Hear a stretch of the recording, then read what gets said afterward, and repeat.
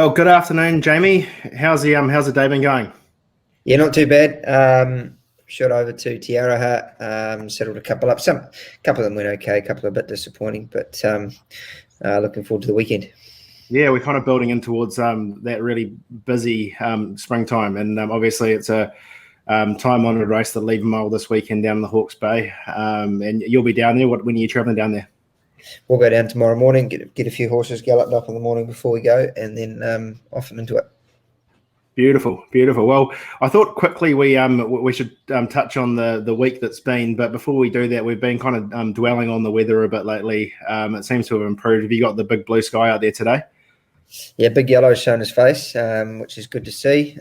Training tracks are starting to improve a bit. Racing tracks are starting to improve. So we've got some nice horses to let go in the next couple of weeks, and hopefully the weather stays all right. I'd say we've still got a bit more rain to come yet, but hopefully not too much.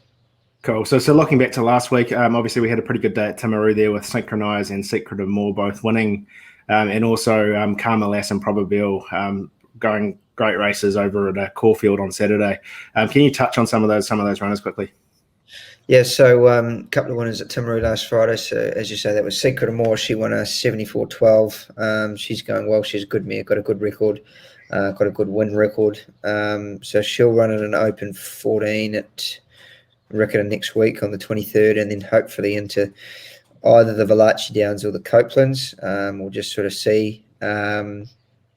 And Synchronise was a nice winner. She was going to run in the stakes race tomorrow, but she just got held up a little bit. So she's going to have to take a bit of an unorthodox approach to get to the 1,000 guineas. She'll end up running in a 74 at Ashburton, but then hopefully she can work her way there.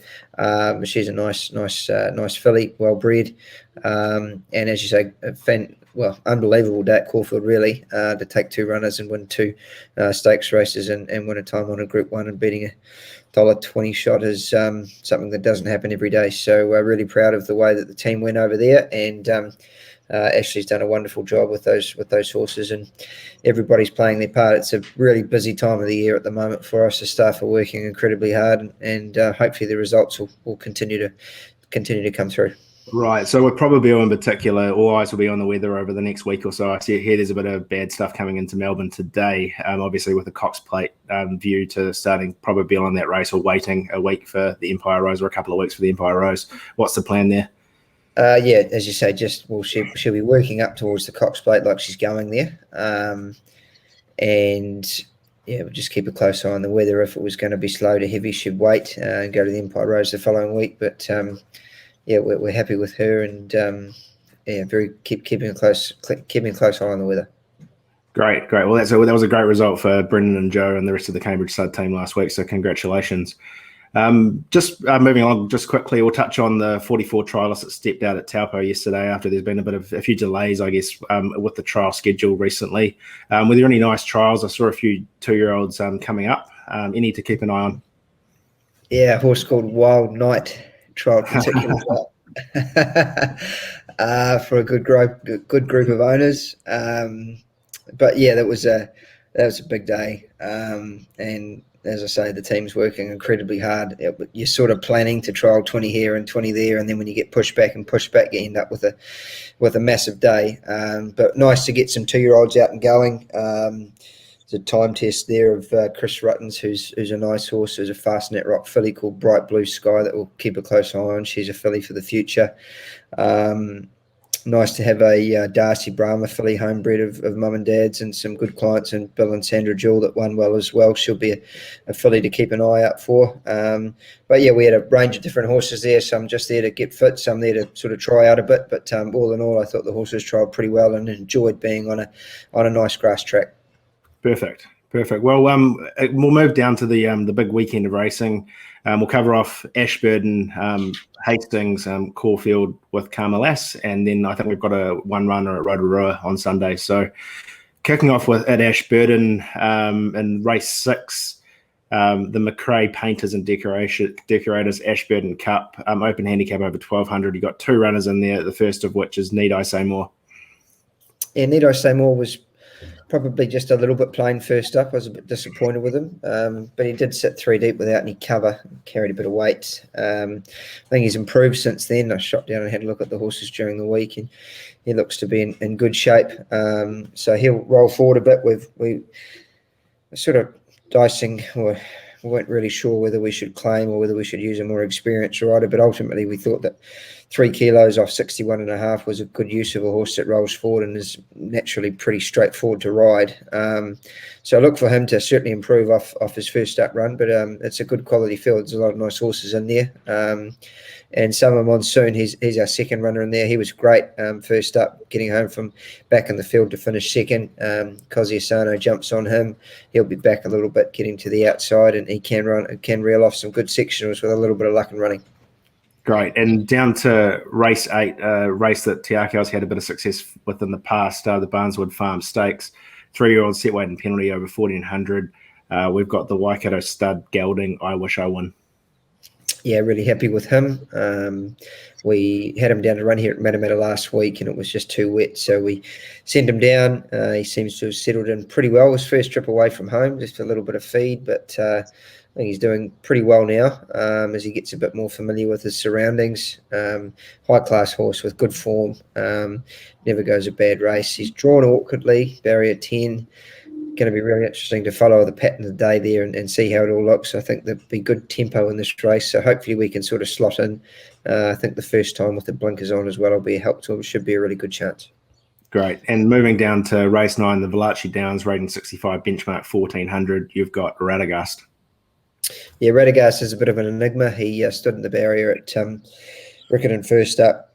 Had to take him back to the trials. He ran well last week at Timaru, so he's on the backup, just trying to get some racing into him before Cup Week. He's drawn awkwardly, but he'll be slow away again like he normally is, but look for him to be finding the line. I think up to 1400 should suit him. Great. And moving down to race 10, the Midlands Nutritional, rating 74, benchmark 1400. You've got 2 runners, Supreme Khan and Fashion Shoot. Yeah, Supreme Khan, he's got the big weight, and unfortunately he's drawn poorly again. So he's going to need a little bit of luck and running. We'll just assess how he jumps away before we sort of, make any decisions on how we're going to ride him. But he's a good quality horse. Sidewinkers go on just to enhance his concentration a little bit. And Fashion Shoot is the other runner in there. She was good first up, ran well at Timaru last Friday, where she finished 3rd behind Secret of More. She's drawn well. She's down in the weight. She should get a nice run from there, and she's the sort of mare that will handle the backup. She's quite a gross-doing mare, and hence why we're trying to get a bit of racing into her before Riccarton. Perfect. And back up the country to Hastings, race 3. First off, Pure Imagination, she is nominated for 3 races. Where's he going to take place? He'll run in the 3-year-old race. Okay. So we might as well kick off there at race 4, the NZB Ready to Run Sale Trainer Series, 3-year-old set weight and penalties over 1300, Palamos and Pure Imagination. Yeah, good race this. Waikari's in there, who's obviously been good throughout the early part of the season. Palamos is he's had 1 run where things sort of didn't really go to plan, and he was he's a bit behind the 8 ball. We had a bit of a hold up with him. So happy enough with him. I think his fitness levels have improved. So he'll run a much improved race. And Pure Imagination won well at Te Rapa first up. And then was disappointing on the poly. We're just putting it hopefully down to the surface. He's drawn a nice enough barrier. We've played around with a bit of gear there. He's got the blinkers on. And I think he'll run a much improved race. So I think both of those horses will run well. Whether they're good enough to beat Waikari, I'm not sure. Cool. And moving down to race 5, the Dan Despacito Memorial Mile, rating 74, benchmark 1600. We've got 2 horses engaged, Mazia and She's a Thinker. Yep, both nice progressive horses. Both were down to run here at Matamata last week, and just didn't want to run them on the wet track. So we've waited a week. They're going to get good ground. Mazia is going well. Happy with him. He's good first up. A little bit of luck and running from an awkward gate. Should run well. I think he's an up and comer, that horse, hopefully. And she's, I think, is a good, genuine old mare. She's had a frustrating run, little things happening that have just held us up a little bit. And again, she's got a very awkward gait, but she has got good natural gait speed, so she might be able to sort of get across and put herself up in the race. But I think there'll be good pressure in most of these races down there tomorrow. Back on good ground, money's up. Hopefully they run along a bit and should suit all runners. Great. And moving down to race 6, another highly competitive field, the Red Badge Spring Sprint over 1400. Had a bit of success in this race 3 years ago with Te Akau Shark. You line up the impressive last start winner from Te Rapa, Brando. Yeah, happy with Brando. This has sort of been the target for him. He gets in well at the weights. He's got a nice draw. Shouldn't spend a penny from there. Just going to need a little bit of luck at some stage when they turn for home. But happy with him. His work's been good. Everything's gone according to plan. I'd say he's one of our better runners for the weekend. Perfect. And down to the big race of the day, race 8, the Group 1 Levermore Classic, Group 1 weight for age over 2,000 metres. First up, you've got Pre-Deferred, drawn a sticky gate out wide with Troy Harris aboard. Yeah, just frustrating run of barriers with him. Horse is going really well. I think the 2,000 metres will suit him now. He wasn't too far off Bowden sort of in the autumn of last year when he ran second to him in the Alpini Gold Cup, I think it was. So if he can bring that sort of form again, he's got to be right in the mix. He's just going to need a little bit of luck from the barrier. I've sort of said in the press a couple of times this week, just one word of sort of warning there. He's going to be having his 4th run in 8 weeks, and he's made 3 trips to Hastings, which is very difficult for the horses. So as long as he can handle that, he's giving no indication here at home in the feed bin or the way that he's been working that he's had enough. But it's just going to be interesting to see how he handles the pressure of the race tomorrow. We'll try and sneak forward a little bit if we can. Feel like there's a bit of a tail to the end of this field, and we just want to try and get in front of some of those runners if we can. Makes sense. And also Savion Blanc drawn quite nicely in barrier 6 with Danielle Johnson aboard. Yeah, I was really happy with her first up at Hastings. She ran a bottler. Then she went to Te Rapa, missed the kick badly, and got back and stayed back. So her work's been good. I can't fault her. As long as she gets away from the barrier as well and can race up in sort of a midfield position, I think she's a genuine chance. But it just depends how she behaves herself in the barriers and where she ends up in the running. Cool. And down to race 9, the Power Farming 1200 rating 74 benchmark. We've got 4 runners engaged. I'll just rattle through these. Top Brass, Phantom Witness, Exaltation, and Miss Aotearoa. Yeah, so 4 nice horses in this race. We didn't sort of plan to have them all here. We tried to split them up a little bit, but just been such a wet and cold spring, frustrating that we haven't been able to sort of get going like we would have liked. So they're all here. They need a run. Top Brass is going well. I'm happy with him. He worked up with the earmuffs off on Tuesday morning and worked particularly well. So I think he's going to go forward and be in it for a long way. Phantom Witness was good first up. He's not the easiest horse to ride. We'll probably just have to ride him a little bit quiet from there, but his sectionals were as good as any horse of the day at Hastings there on the first day. So with luck and running, he's got to be a genuine chance.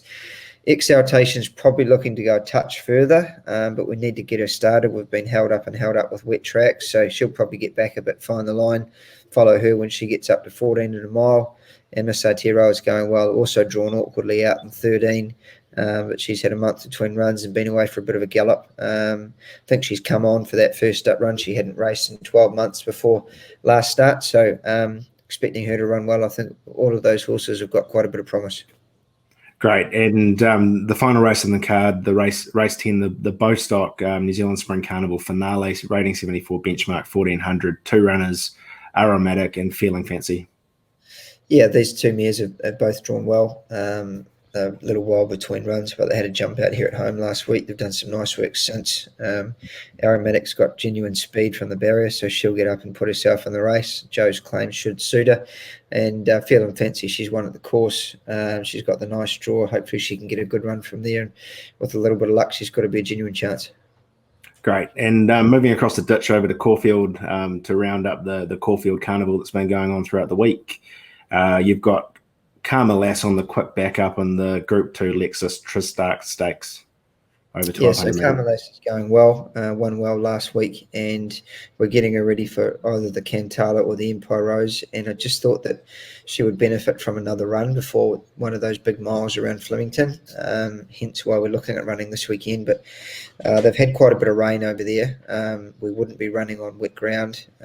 So we'll just see what sort of rating they put up in the morning. But she'd be a doubtful starter if they got the rain that they predicted. She's carrying a bit of weight as well, which won't help in the wet conditions.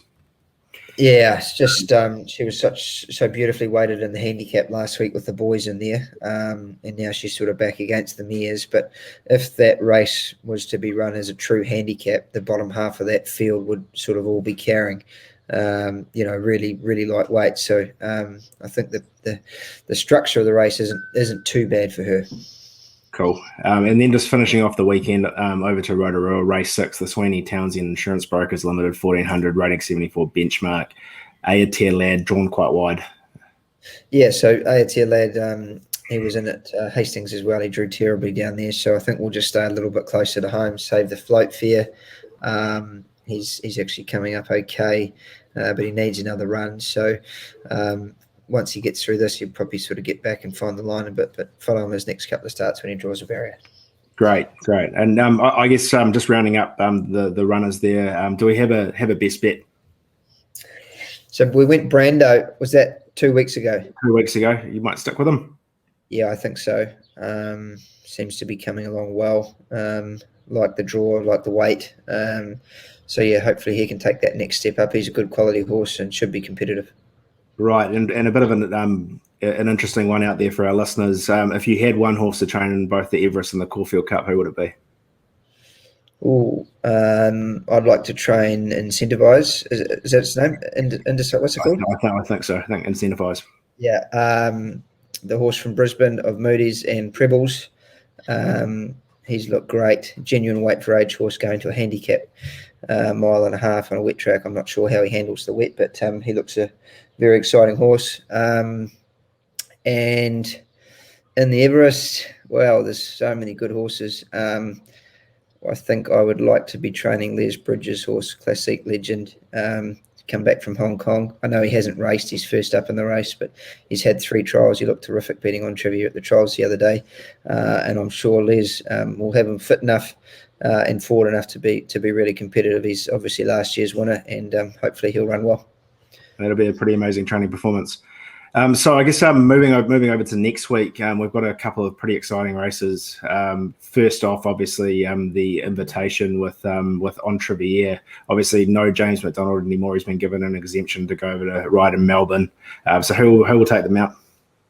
Entriviere will be ridden by Tommy Berry, with James going down to ride Zaki in the Cox Plate, which is completely understandable, but obviously a little bit frustrating that we can't have James because he's such a great rider, but Tommy will do a good job for us, and we're happy with her. Everything seems to be going to plan at this stage, touch wood. Good. And I guess in other news, it's pretty exciting that your dad's managed to get an MIQ spot as well, so he'll be coming home hopefully for Christmas in time. Yeah, touch for wood. Sure. Yeah, it's starting to get a bit frustrating with the way that things were going there, but thankfully he's got a spot before Christmas, and we've got a close family friend's wedding, so he'll be home in time for that, which will be great. So you're looking forward to getting him back on Kiwi shores. Cool. And then just touching over to Melbourne, obviously we've touched on Probabile already, whether she lines up or not, and she's obviously coming up well through her last start victory in the Might and Power. So that's us for the week. Good luck, Jamie, and hopefully we can find some winners somewhere through the country.